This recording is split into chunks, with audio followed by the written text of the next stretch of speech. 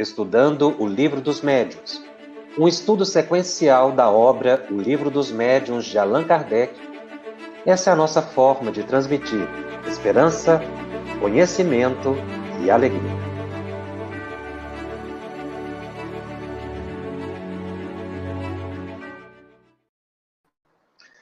Olá! É com imensa alegria que nós iniciamos o programa 57 da série Estudando o Livro dos Médiuns aqui pela FEB TV. O tema de hoje é o capítulo 16 da segunda parte de O Livro dos Médiuns. Este é o programa de número 3 que estuda este capítulo, intitulado por Allan Kardec, Médiuns Especiais. Neste capítulo, Allan Kardec faz uma classificação dos médiuns pela natureza das manifestações, pela própria natureza do médium, caráter, facilidades para comunicação com esse ou aquele espírito, especialização em determinadas áreas de atividade. Este capítulo, em que trata das aptidões especiais dos médiuns e faz esse quadro das diferentes espécies de médiuns, ele é muito importante.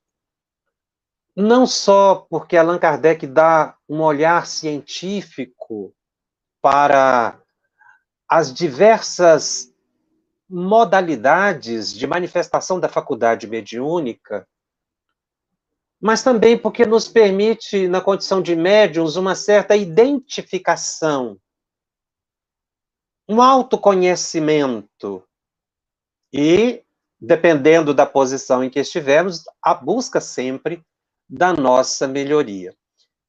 Este capítulo também é importante para os dirigentes da reunião mediúnica, ou evocadores, como Kardec chamava à época, porque vai dar aos coordenadores da reunião mediúnica uma melhor percepção das possibilidades do médium para que não se exija aquilo que o médium não é possível oferecer, não está dentro da sua aptidão. O que não quer dizer que ele seja inferior a outro. É uma questão de aptidão, de especialização. E não porque um é melhor que outro, no sentido de valoração da pessoa. Lembrando que a faculdade mediúnica é uma só. No entanto, ela se manifesta de forma diferente nas pessoas. Ela é multiforme.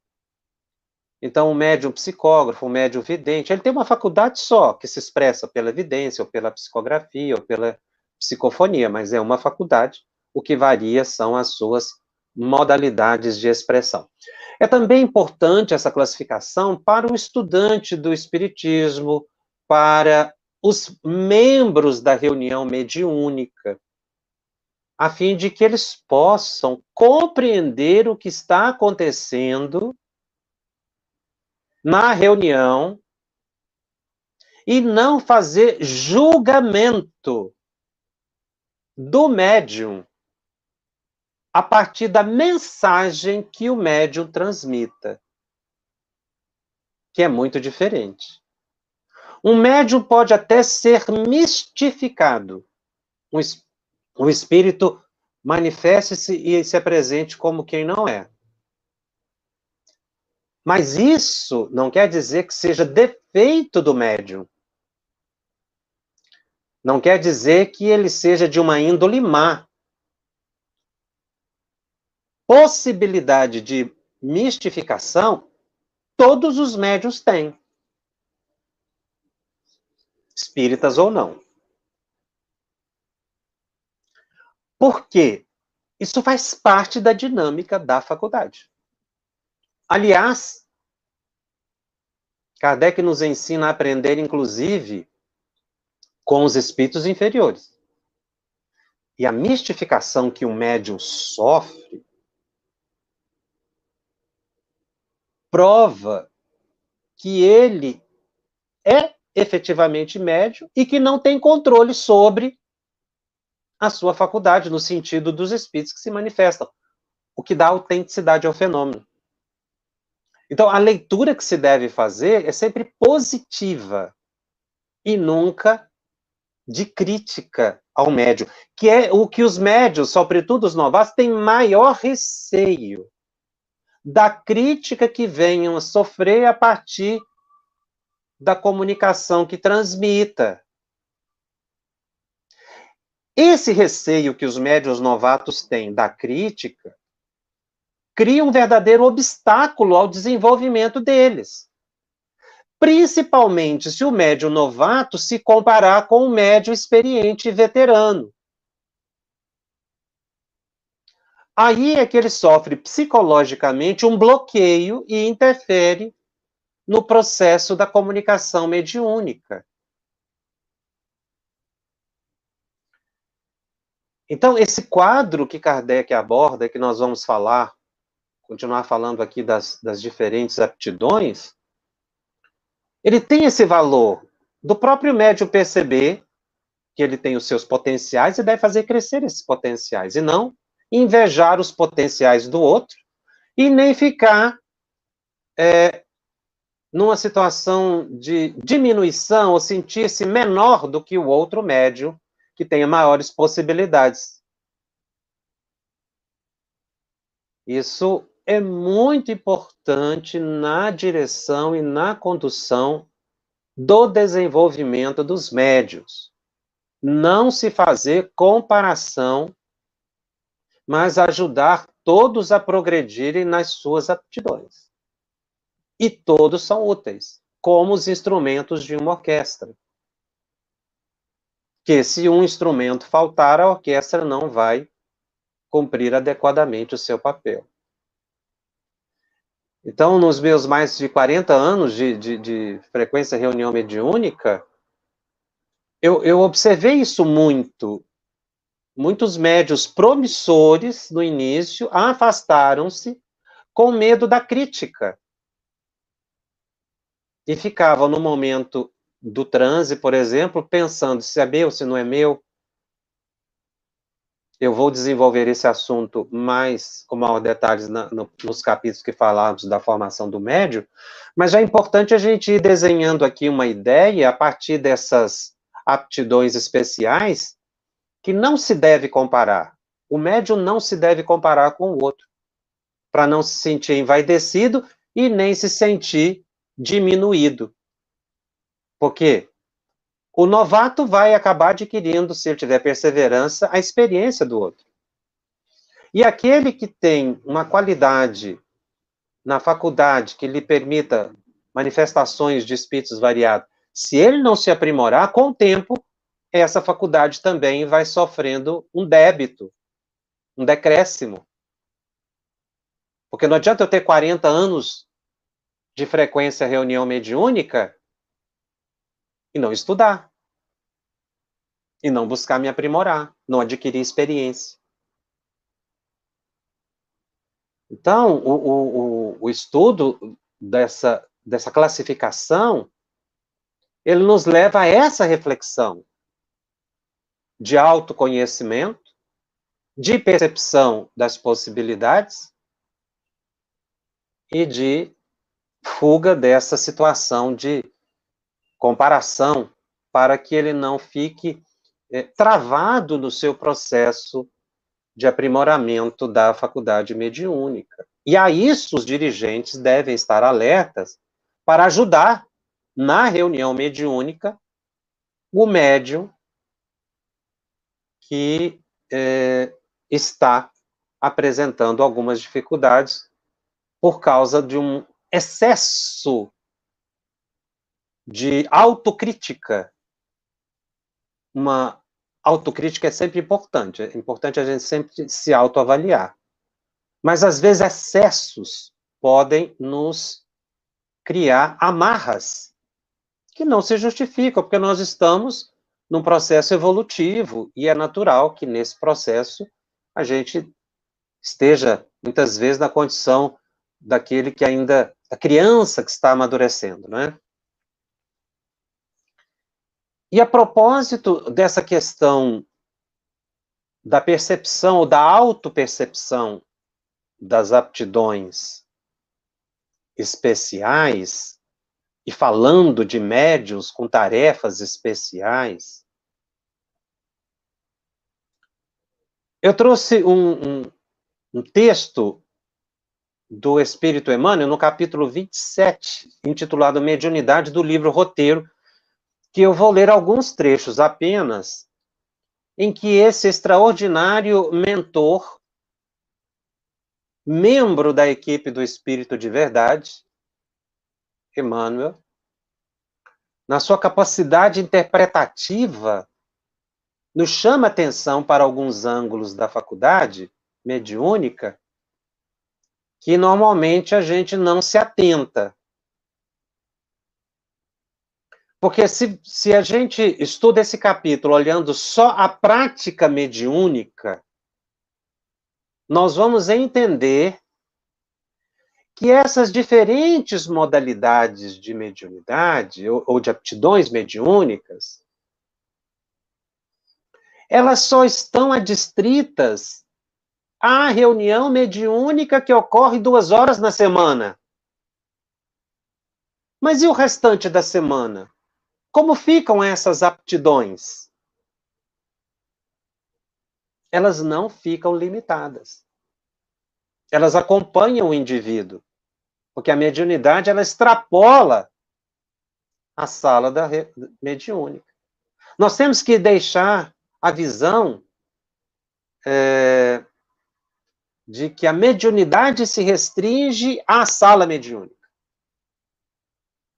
Nós não podemos enclausurar a mediunidade a uma atividade semanal de 2 horas. Privacidade da reunião é uma coisa. É preciso em respeito aos espíritos que se manifestam. A não fazer divulgação prematura. Mas a faculdade, ela é muito maior do que a sessão semanal. Então, essa visão templária, de certa forma, mística, que se coloca a prática mediúnica dentro de uma sala, e saiu daquela sala, eu não tenho compromisso nenhum com a mediunidade, é uma visão atávica, que deve ser superada por todos nós. Essa visão reducionista de que mediunidade está ligada a um fenômeno ostensivo. Não foi isso que colocou Allan Kardec. E Emmanuel diz assim: esmagadora maioria dos estudantes do Espiritismo situam na mediunidade a pedra basilar de todas as edificações doutrinárias. Mas cometem o erro de considerar por médiuns tão somente os trabalhadores da fé renovadora com tarefas especiais. Ou os doentes psíquicos que, por vezes, servem admiravelmente à esfera das manifestações fenomênicas. Antes de tudo, é preciso compreender que, tanto quanto o tato é o alicerce inicial de todos os sentidos, a intuição é a base de todas as percepções espirituais e, por isso mesmo, toda inteligência é médium das forças invisíveis que operam no setor de atividade regular em que se coloca. Dos círculos mais baixos aos mais elevados da vida, existem entidades angélicas, humanas e subhumanas. agindo através da inteligência encarnada, estimulando o progresso e divinizando experiências, brunindo caracteres ou sustentando abençoadas reparações, protegendo a natureza e garantindo as leis que nos governam. Desvendando conhecimentos novos à humanidade, o Espiritismo incorpora ao nosso patrimônio mental valiosas informações sobre a vida imperecível, indicando a nossa posição de espíritos imortais em temporário aprendizado nas classes da raça, da nação e do grupo consanguíneo a que transitoriamente pertencemos na Terra. É necessário, contudo, reconhecer que, na esfera da mediunidade, cada servidor se reveste de características próprias. O conteúdo sofrerá sempre a influência da forma e da condição do recipiente. Essa é a lei do intercâmbio. Uma taça não guardará a mesma quantidade de água suscetível de ser sustentada numa caixa com capacidade para centenas de litros. O perfume, conservado no frasco de cristal puro, não será o mesmo quando transportando um vaso guarnecido de lodo. Mediunidade, pois, para serviço da revelação divina, reclama estudo constante e devotamento ao bem, para o indispensável enriquecimento de ciência e virtude.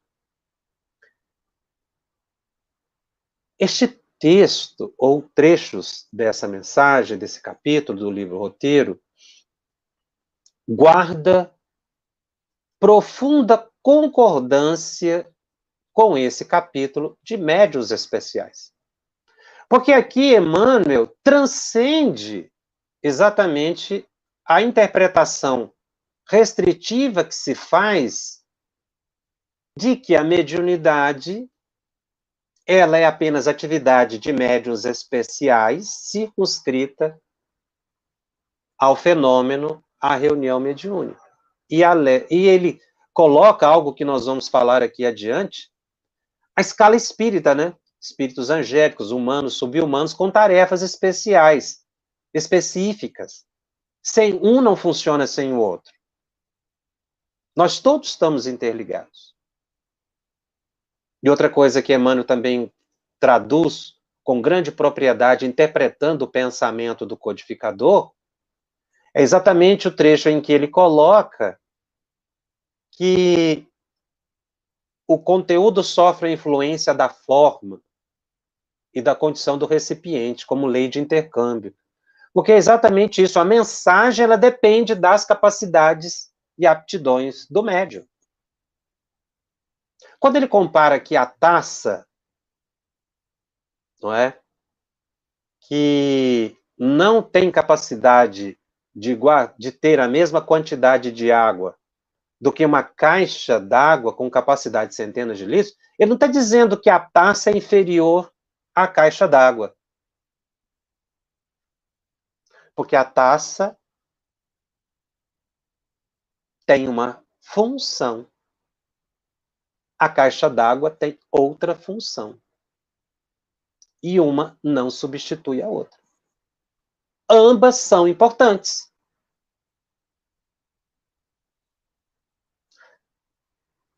Outra coisa que ele coloca aqui, o perfume, se você o conduz num frasco de cristal puro, límpido, ele vai ter um odor. O mesmo perfume, se você colocá-lo no recipiente com sujidades, com lodo, a fragrância não será a mesma. Ou seja, a mensagem pode chegar pura do mundo espiritual.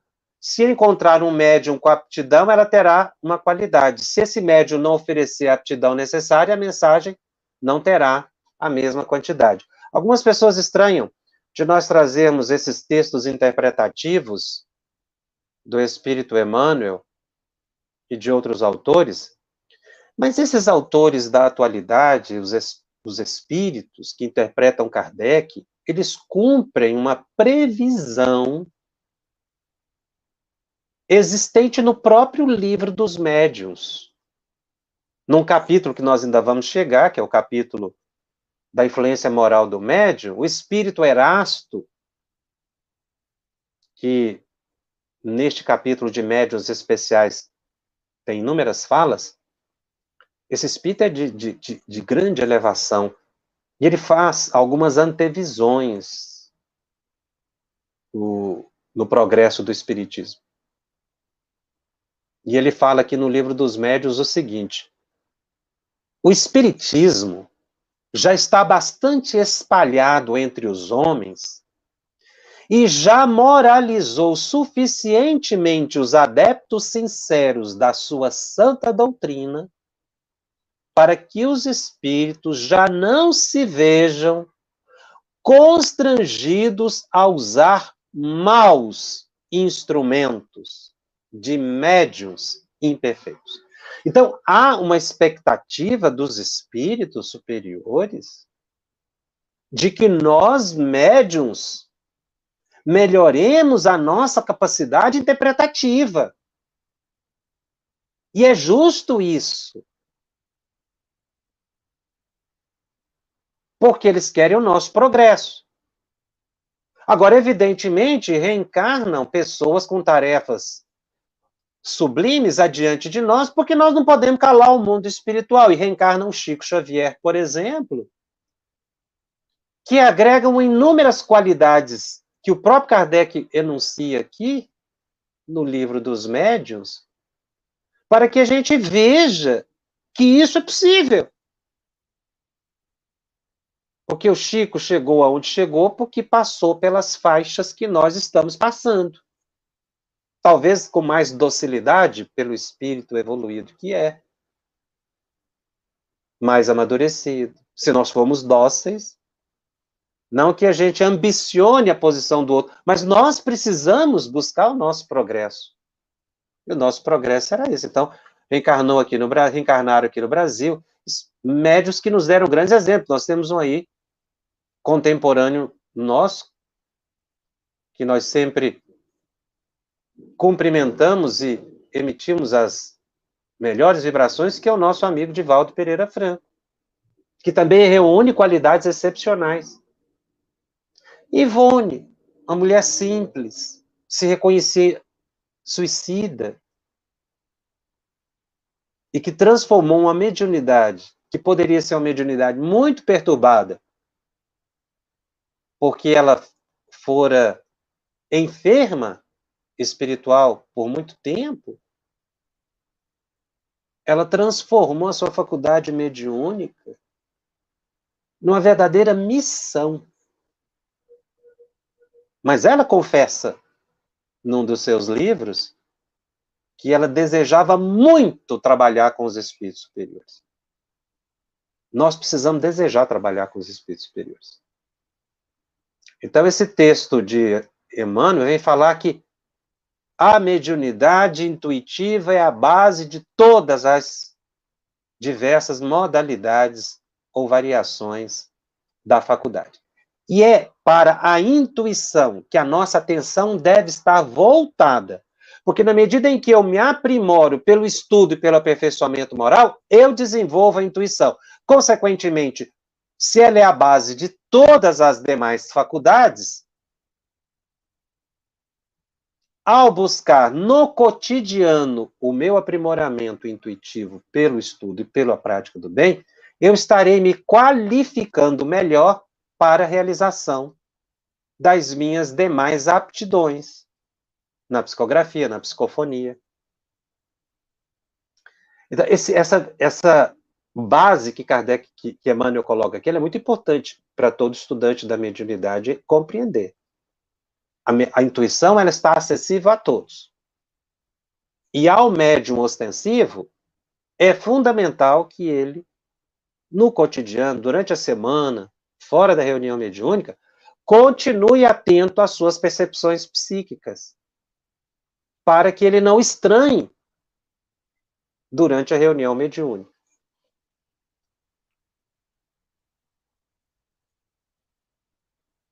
É por isso que esse estudo de Kardec, essa classificação, ela é tão importante, como disse, no nosso processo de autocompreensão do compromisso reencarnatório que trouxemos à Terra. Então, quando a gente está estudando, é importante a gente tentar se identificar e buscar sempre aprimoramento. Então, aqui Kardec coloca médiuns videntes, que no capítulo 16 de O Livro dos Médiuns, o item médiuns videntes, e aí ele classifica, nós já estudamos a vidência, mas aqui nessa classificação ele faz um resumo. Médiuns videntes são os que estão em estado de vigília, veem os espíritos. A visão acidental e fortuita de um espírito é uma circunstância especial e muito frequente. Mas a visão habitual ou facultativa dos espíritos sem distinção é excepcional. O que ele quer dizer isso? A vidência é uma capacidade de visão dos espíritos, mas lembrando que essa visão é uma visão mental, não é com os olhos físicos. Ver espírito rapidamente, algo assim fortuito, não é? É uma circunstância inusitada, mas é até relativamente frequente. Agora, pessoas que tenham uma vidência permanente e que às vezes não conseguem fazer a distinção entre encarnado e desencarnado, isso é excepcional. Chico Xavier tinha isso. Ele menciona. Mas os espíritos fazem uma observação aqui muito curiosa sobre evidência. Essas observações dos espíritos aqui que Kardec coloca são de Erasto ou de Sócrates. Os espíritos dizem, comentando a evidência, é uma aptidão a que se opõe o estado atual dos órgãos visuais. Por isso é que se cumpre nem sempre acreditar na palavra dos que dizem ver espíritos. A evidência tem que ser muito cuidadosa na sua interpretação, pelo próprio médium. E se ele tem dúvida, como eu disse, ele não deve reter para si, ele deve buscar uma pessoa experiente que o auxilie. Como a vidência é mental, o médium vidente, ele vê de duas formas. Ou ele vê uma imagem mental, ou ele vê a realidade espiritual. Como diferenciar? Basicamente, as percepções mentais são de espíritos superiores ou de inferiores. Então, geralmente são quadros aterradores, são visões estáticas, paradas, sem movimento. É como se fosse uma fotografia que você olhasse. A visão de um espírito, a visão da realidade espiritual já é diferente. Você vê um espírito movimentando, você vê ações, trabalhos dos espíritos. Você pode, às vezes, até conversar psiquicamente. Às vezes, essa diferença é um pouco difícil para quem não tem ainda muito desenvolvimento com a vidência. Mas, com o tempo, isso fica muito claro quando você vê uma imagem mental. Imagens, às vezes, horríveis, né? Que te dão medo, às vezes são visões mentais de espíritos sofredores. Às vezes também você está no seu quarto fazendo uma prece, de repente você vê uma cachoeira descendo sobre você. Olha, não tem uma cachoeira ali dentro do seu quarto. Então, o que acontece? Você está vendo uma projeção mental de um benfeitor espiritual que quer te colocar uma imagem bonita na mente. Tá? É claro que aqui eu estou excluindo a possibilidade de você ter sido desdobrado, né, para aquele lugar. Então, é uma evidência, a gente tem que tomar muito cuidado. Eu vi e saí revelando isso como uma verdade, tá? Porque os próprios espíritos dizem. Nem sempre se deve acreditar na palavra dos que veem os espíritos. Havia muita fraude e ainda há muita fraude, de gente que quer impressionar as outras pessoas, dizendo, eu vi. Então, vamos sempre ter o bom senso de Kardec. Kardec volta ao tema da mediunidade intuitiva e faz a seguinte classificação. Médiuns inspirados, de pressentimento, que são variações da mediunidade intuitiva. Os médiuns inspirados são aqueles que, muitas vezes, sem sua vontade, surgem ideias que estão relacionadas aos atos comuns da vida e pode também estar relacionado a grandes trabalhos de inteligência.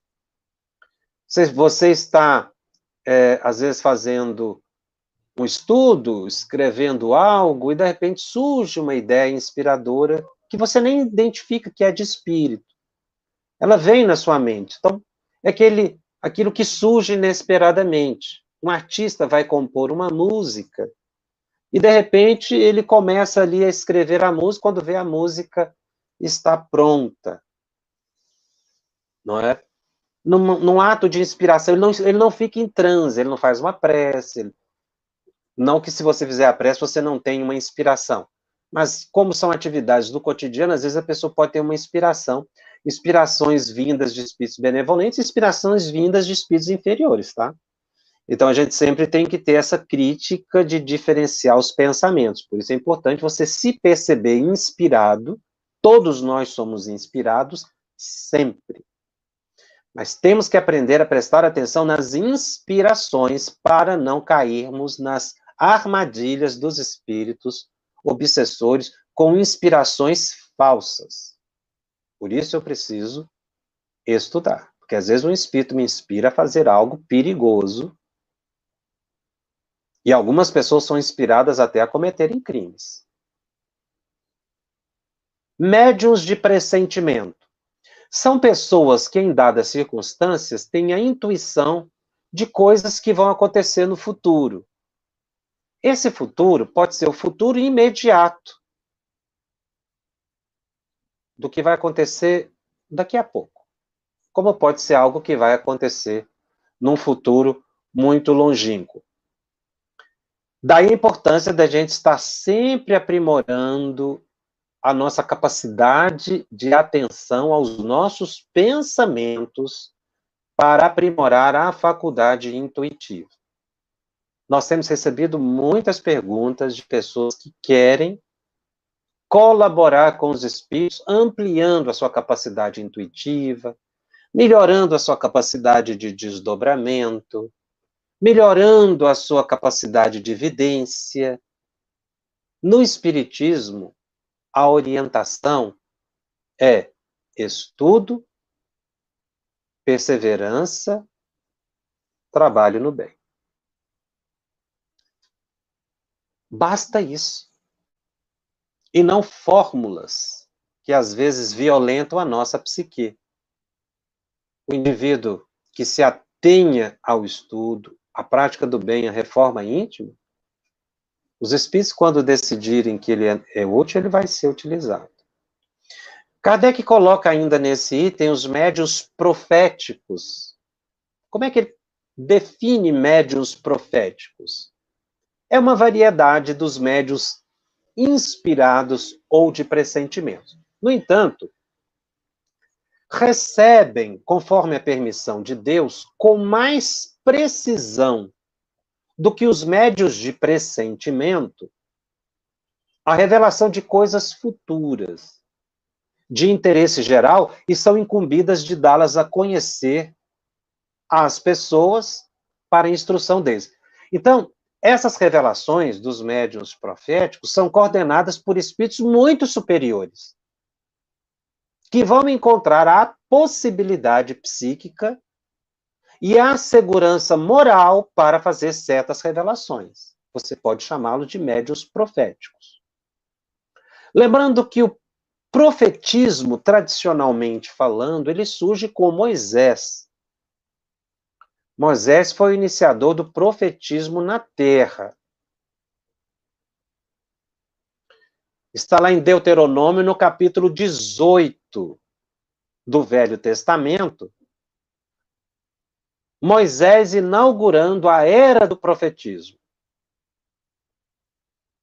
Ele foi o primeiro dos grandes profetas. E nesse capítulo 18 do Deuteronômio, ele vai dizer que vão surgir ao longo dos tempos, junto à sociedade hebraica, outros profetas. Mas a definição de profeta na Bíblia não é bem essa definição de médium profeta. Porque na Bíblia, o profeta é médium. Mas naquela sociedade, apenas um era profeta. Uma pessoa dotada de possibilidades especiais que falaria em nome de Yahvé. Inclusive, Moisés fala uma coisa muito interessante no versículo 21 do capítulo 18 do Deuteronômio, aqui utilizando a tradução da Bíblia de Jerusalém, uma fala interessante de Moisés. Talvez perguntes em seu coração, como saber se tal palavra não é uma palavra de Yahvé? Ele está falando aqui dos falsos profetas. E aí ele diz o seguinte, se o profeta fala em nome de Yahvé, mas a palavra não se cumpre, não se realiza, trata-se então de uma palavra que Yahvé não disse. Tal profeta falou com presunção, não temas.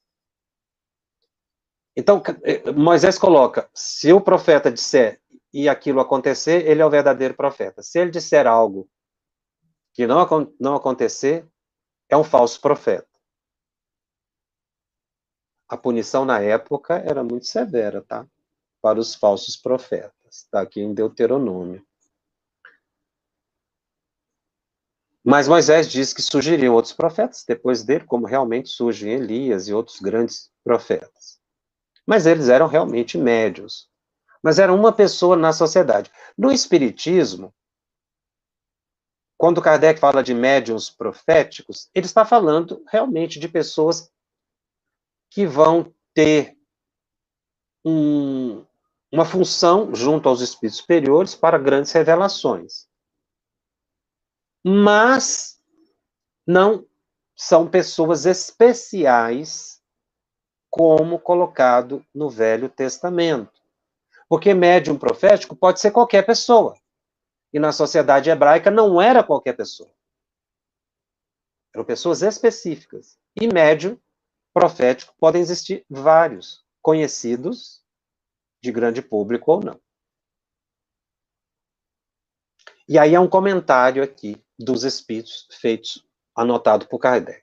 Se há profetas verdadeiros, mais ainda há falsos, que consideram revelações os devaneios da própria imaginação, quando não são embusteiros por ambição.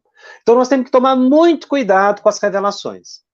Do mesmo modo que Moisés, à sua época, estabeleceu uma crítica, né, um modo de você identificar o verdadeiro do falso profeta, essa premissa, ela se mantém até hoje. Nós também temos que ficar alerta contra os falsos profetas, médiuns falsos, ou que falam coisas da sua imaginação, ou quando visam enganar as pessoas por ambição, por vontade própria. Então, se eu falo alguma coisa da minha imaginação, eu estou enganando as pessoas, às vezes involuntariamente, por excesso de boa-fé. Ou às vezes a pessoa pode deliberadamente querer enganar os outros e dizer que está revelando o futuro dela, ou uma grande revelação. Tem que se tomar muito cuidado. Moisés coloca naquela época a possibilidade de realizar ou não. Aqui com Kardec nós temos a avaliação do bom senso, da lógica, do estudo, e também realmente a gente vai verificar a autenticidade do fenômeno. Mas o estudo das características do verdadeiro profeta, assim como fez Moisés no passado, Allan Kardec, na questão 624 de O Livro dos Espíritos, faz também essa pergunta aos espíritos: qual o caráter do verdadeiro profeta? Ou seja, como é que a gente reconhece o verdadeiro profeta? E os espíritos já respondem de uma forma mais ampla: o verdadeiro profeta é um homem de bem, inspirado por Deus. Podeis reconhecê-los pelas suas palavras, pelos seus atos. Impossível é que Deus se sirva da boca do mentiroso para ensinar a verdade.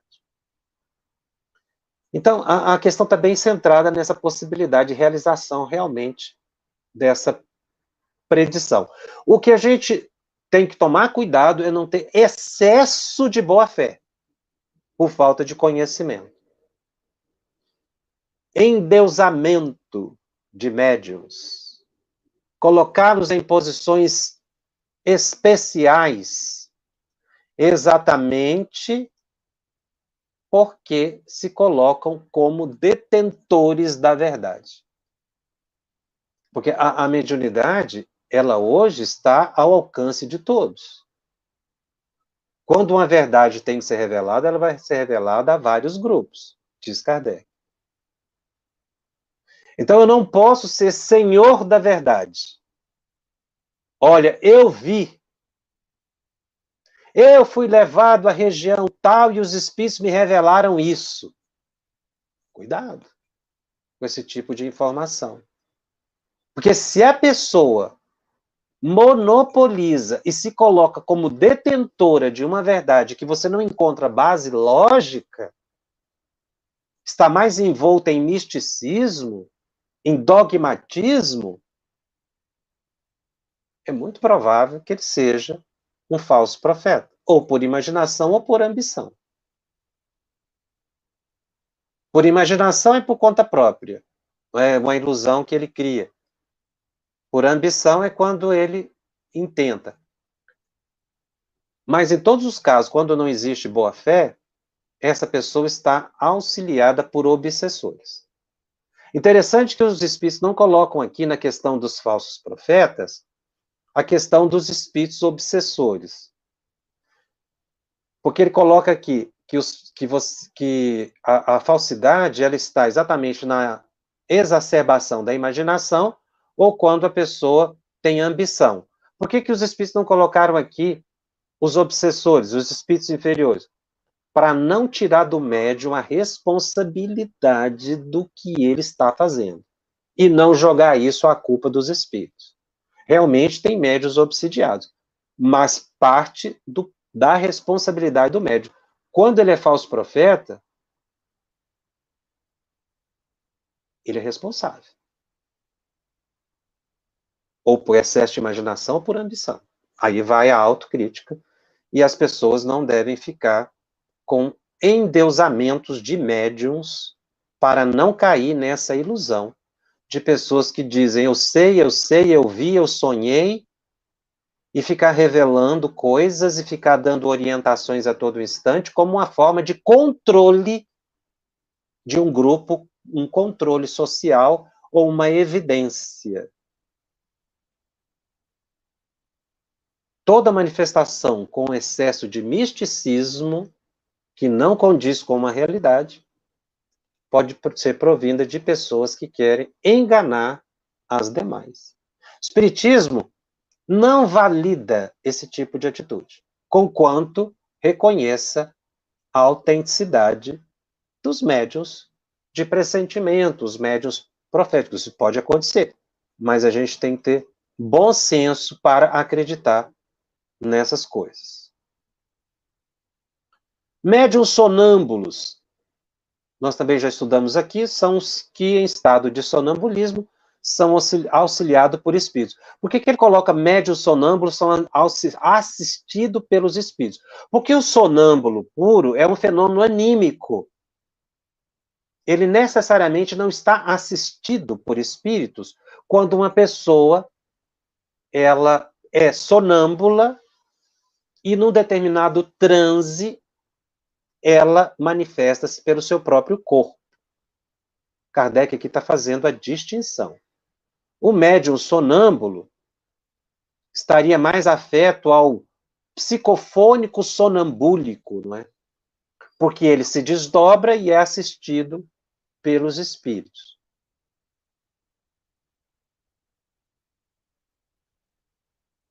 Médiuns estáticos são os que em estado de êxtase recebem revelações por parte dos espíritos, ou seja, a pessoa, o médium, ele é dado a excesso de emoções, ele passa a ficar num estado quase que de sobreexcitação, os seus olhos ficam muito injetados, digamos assim, ficam muito fixados, às vezes o corpo rígido, quase que numa posição convulsiva.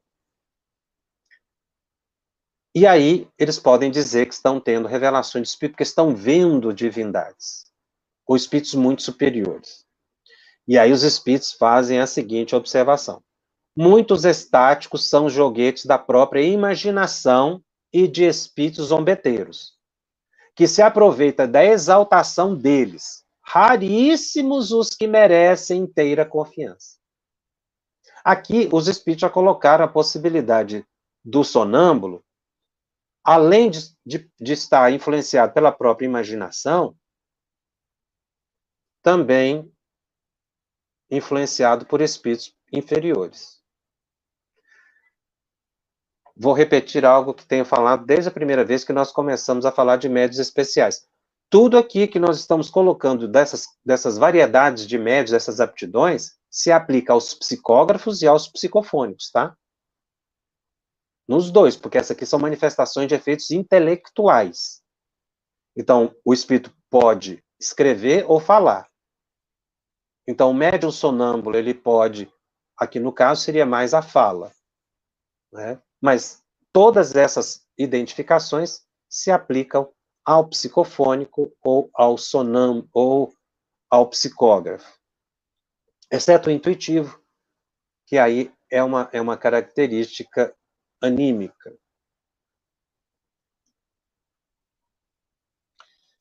Kardec continua aqui estudando médiuns pintores ou desenhistas. Os que pintam o desenho sob a influência dos espíritos. Então, os espíritos podem utilizar um médium para pintura ou desenho. Mas Kardec faz o seguinte comentário: falamos dos que obtêm trabalhos sérios. Porque não se pode dar esse nome de médium pintor ou desenhista a certos médiums que espíritos zombeteiros levam a fazer coisas grotescas que desabonariam o mais atrasado estudante. E Kardec continua falando: os espíritos levianos se comprazem em imitar. Na época em que apareceram os notáveis desenhos de Júpiter, e aqui Kardec está fazendo uma referência à Revista Espírita de 1858, quando o médium Victorien Sardou fez inúmeros desenhos e mandou para ele do que seria a Sociedade de Júpiter. Eram desenhos muito interessantes. Kardec comenta na Revista Espírita, quem interessar pode estudar lá um pouco mais sobre os médiuns de desenho, sobretudo Victorien Sardou. Mas Kardec diz que nessa mesma época surgiu grande número de pretensos médiuns desenhistas, que espíritos levianos induziram a fazer coisas ridículas. Um deles, querendo fazer desenhos melhores do que os apresentados, né, por Victorien Sardou, de Júpiter, ao menos nas dimensões, quando não fosse na qualidade, fez que um médium desenhasse um monumento que ocupava muitas folhas de papel a chegar à altura de 2 andares. Então você vê que aí o médium estava totalmente influenciado por espíritos perturbadores, ou como ele diz aqui, zombeteiros. E realmente a pintura mediúnica ela tem que ser de qualidade. Há casos em que você olha o quadro e vê que aquilo ali pode ter sido feito por uma criança, nos seus primeiros desenhos, primeiros rabiscos. E aí coloca lá o nome de um pintor famoso. E aí que, às vezes, a crendice popular faz com que se aceite absurdidades como coisas de qualidade só por causa da assinatura. Assim como numa mensagem psicografada, o que vale é o conteúdo e não a assinatura ou nome do espírito, nas pinturas mediúnicas vale a qualidade e não o nome do pretenso pintor. Porque, às vezes, a pessoa faz uma mera imitação de um estilo de Picasso, de Manet, Monet, Rembrandt. Tenta imitar o estilo. Kardec fala que espíritos levianos se comprazem em imitar e não ser realmente o verdadeiro pintor. Até porque, se o médium não oferecer qualidades, aquele espírito não vai se aproximar de uma pessoa que não tem a capacidade de lhe transmitir o próprio pensamento. Então, a pintura mediúnica tem que ser tomada com muita reserva e muito cuidado, para que a gente não aceite coisas sem qualidade como verdadeiras obras-primas, tá? Assim como você não vai aceitar um texto psicografado que você vê que não tem qualidade gramatical e nem de conteúdo, como se fosse de um grande literato da humanidade. Kardec chama muito atenção para a questão da pintura mediúnica.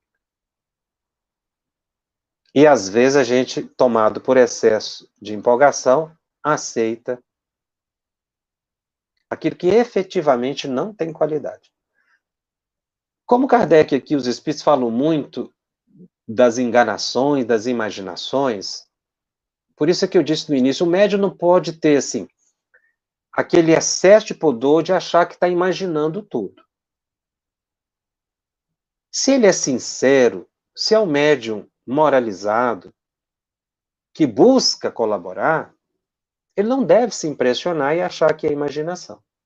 Porque no caso da imaginação, a pessoa tenta ganhar uma vantagem com isso. O médium sincero, de boa vontade, que apresenta a sua produção mediúnica e não se ofende com as observações que são feitas, isso ajuda ele a vencer com o tempo o medo da imaginação. Mas realmente a imaginação de muitas pessoas atrapalha na vidência, na psicografia, em qualquer faculdade. Só o tempo te ajuda a diferenciar. E a sinceridade.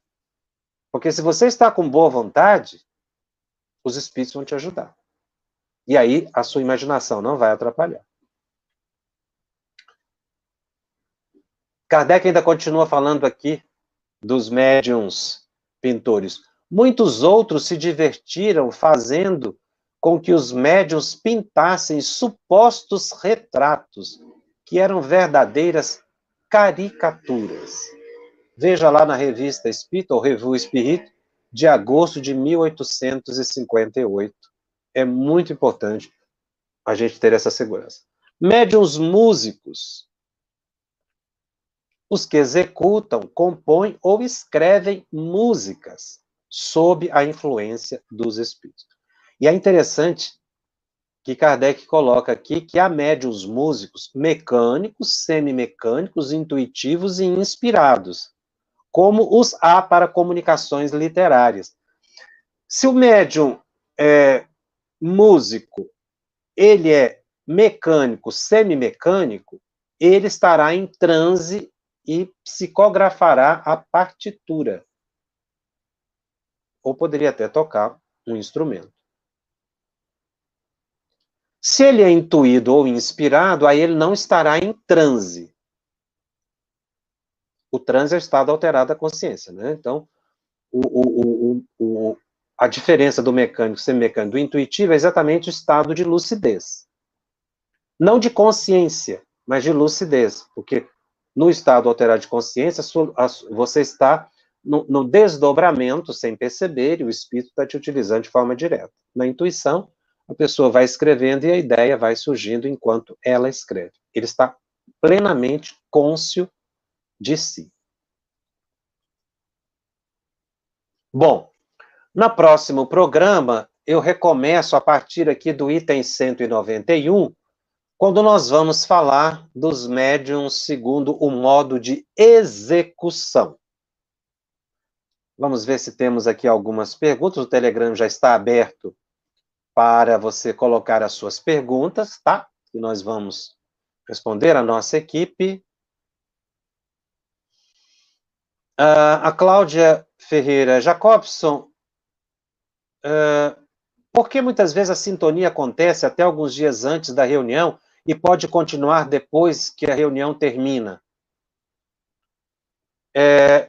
Porque sintonia não se improvisa, é preciso de um tempo do espírito conviver com o médium, por mais afinidade que tenha, ele precisa conviver um tempo, que pode ser de algumas horas a alguns dias, ou às vezes até alguns anos, para que se estabeleça uma perfeita sintonia, isso com espíritos elevados ou obsessores.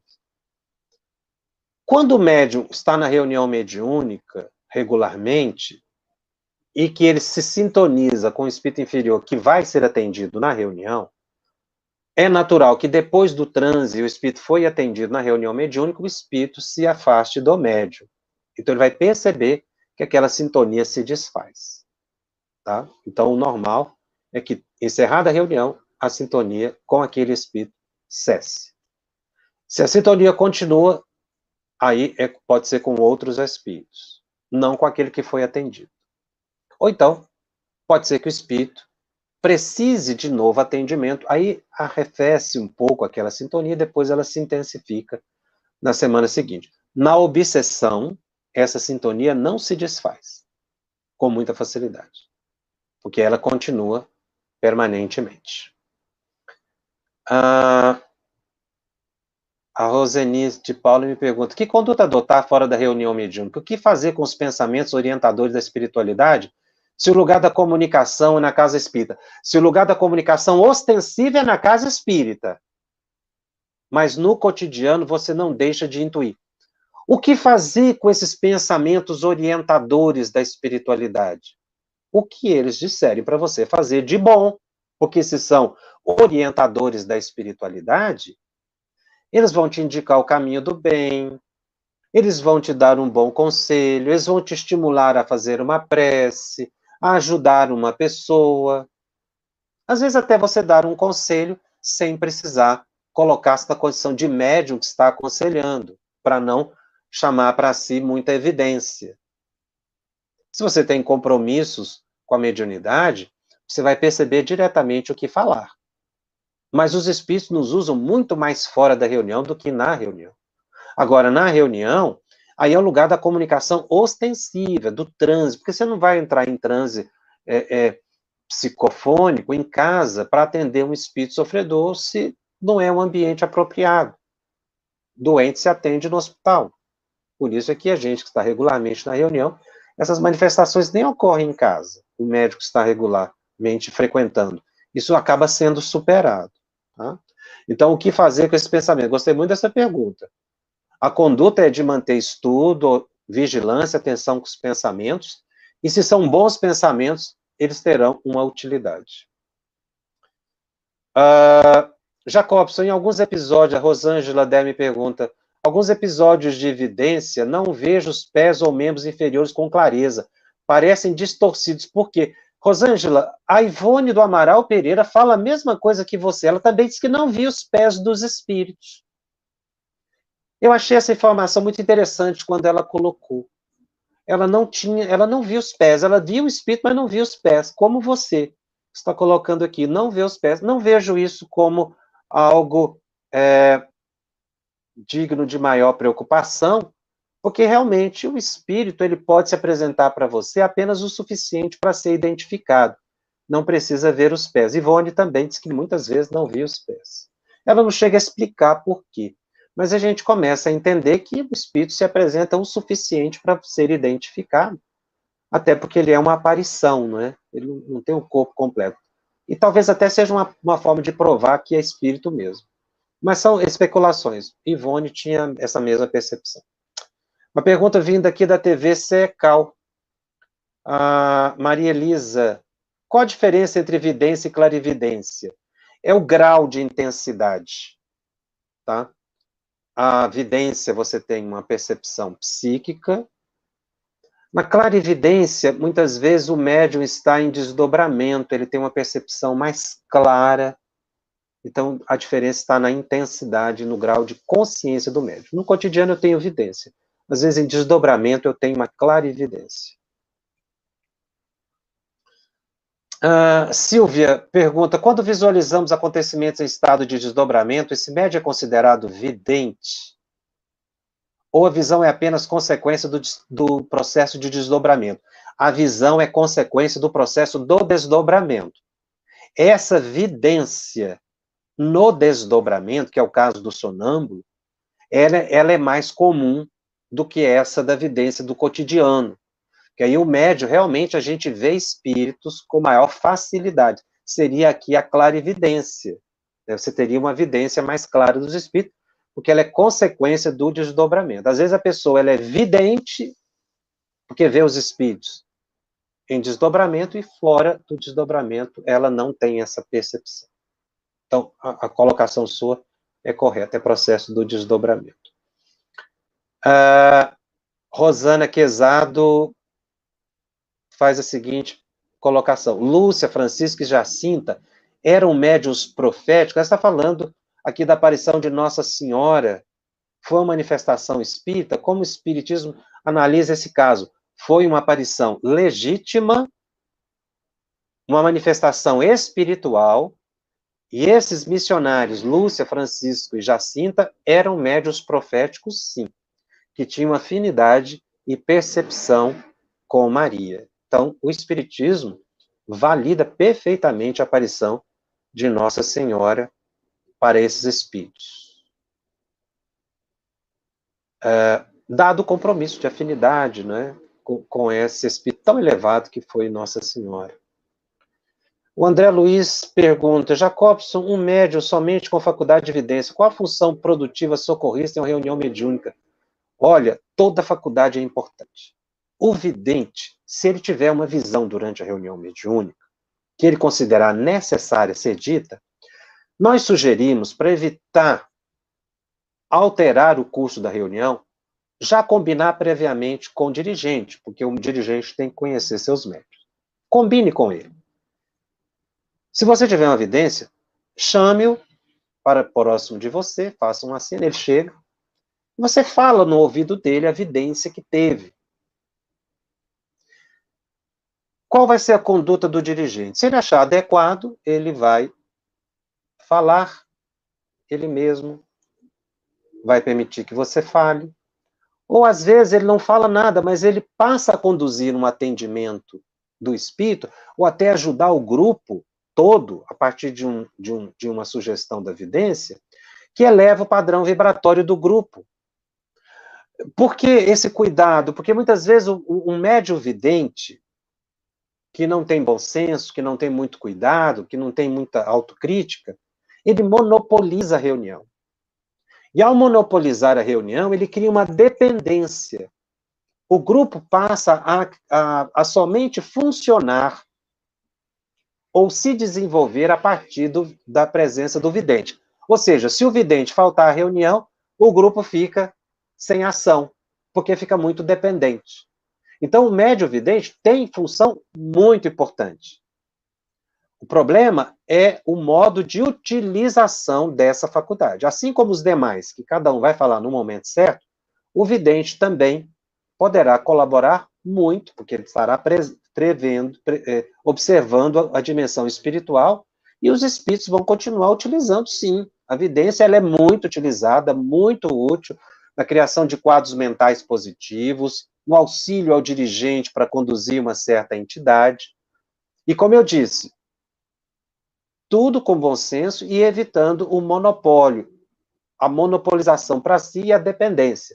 Porque realmente, muitas pessoas ficam tão dependentes de uma vidência, do vidente, que se ele não tiver aquela fala do vidente, aí o trabalho não funciona. E aí que corre o risco, porque cria-se tanta expectativa no vidente que ele pode, sem querer, falar algo da sua imaginação. Mas o vidente, todas as faculdades mediúnicas são muito importantes. Eu vou ficando por aqui. Minhas amigas e meus amigos, eu volto semana que vem, continuando com o estudo de médiuns especiais, o capítulo 16 de O Livro dos Médiuns. Eu aguardo você até lá.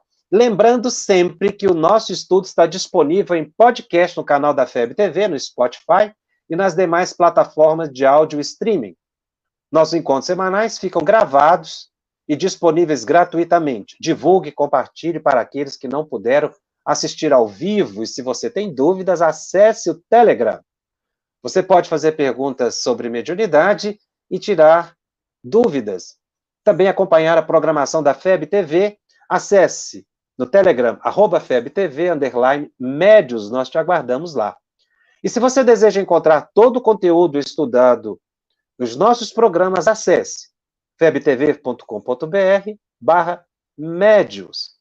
Todos os programas estão ali gravados e também as perguntas do Telegram. Lembrando ainda, a FEB TV disponibiliza 3 oportunidades de estudo das obras básicas do Espiritismo. A série Estudando o Livro dos Médiuns, toda segunda-feira, às 20 horas. Aqui, estudando o livro... Desculpem, vou repetir para confirmar. Nas segundas-feiras, 20 horas, a série Estudando o Livro dos Espíritos. Na terça-feira, às 20 horas, estudando o Livro dos Médiuns. E toda quinta-feira, às 21h30, a série Estudando o Evangelho segundo o Espiritismo. E a FEB TV, levando a doutrina espírita até você. Seja padrinho da FEB TV, ajude a manter este e outros programas no ar, colaborando através do febtv.com.br, e você vai continuar ajudando essa instituição a cumprir o seu papel de caridade, benevolência, solidariedade e fraternidade universais. Eu fico por aqui e eu te aguardo na semana que vem. Até lá. Estudando o Livro dos Médiuns. Um estudo sequencial da obra O Livro dos Médiuns de Allan Kardec. Essa é a nossa forma de transmitir esperança, conhecimento e alegria.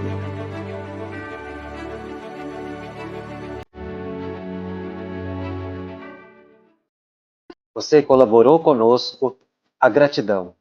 Você que ainda não colaborou, tem a oportunidade de colaborar com a FEB TV para que ela cumpra a sua missão, que é divulgar o bem, que é divulgar a esperança, que é divulgar o Cristo através do Espiritismo. Muito obrigado a cada um de vocês. Nós agradecemos de coração.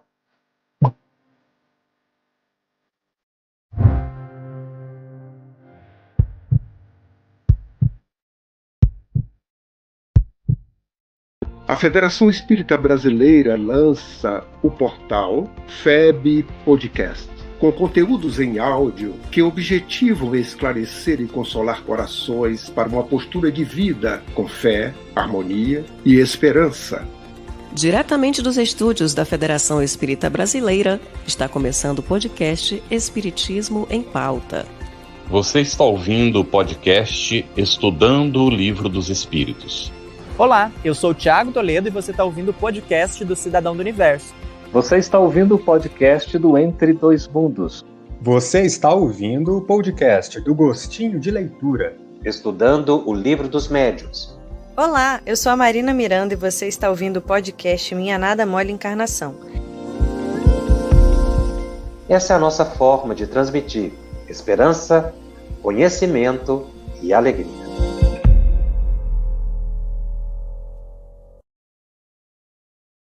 Conheça a Federação Espírita Brasileira, que busca mostrar quem ela é. O trabalho realizado por meio desta instituição centenária trazendo você para dentro da nossa casa. Como surgiu a Federação Espírita Brasileira? De Augusto Elias, o seu fundador, aos dias de hoje, o que ocorreu? Quem foram e quem são os vultos que fizeram e fazem parte desta história? Qual a relação de nomes como Chico Xavier, Bezerra de Menezes, Ivone Pereira com esta instituição? Qual a sua missão? Como ela atua na formação do homem de bem? Apresentaremos a Federação Espírita Brasileira em formato dinâmico com vídeos, depoimentos, postagens históricas, áudios. Conheça e faça parte desta família.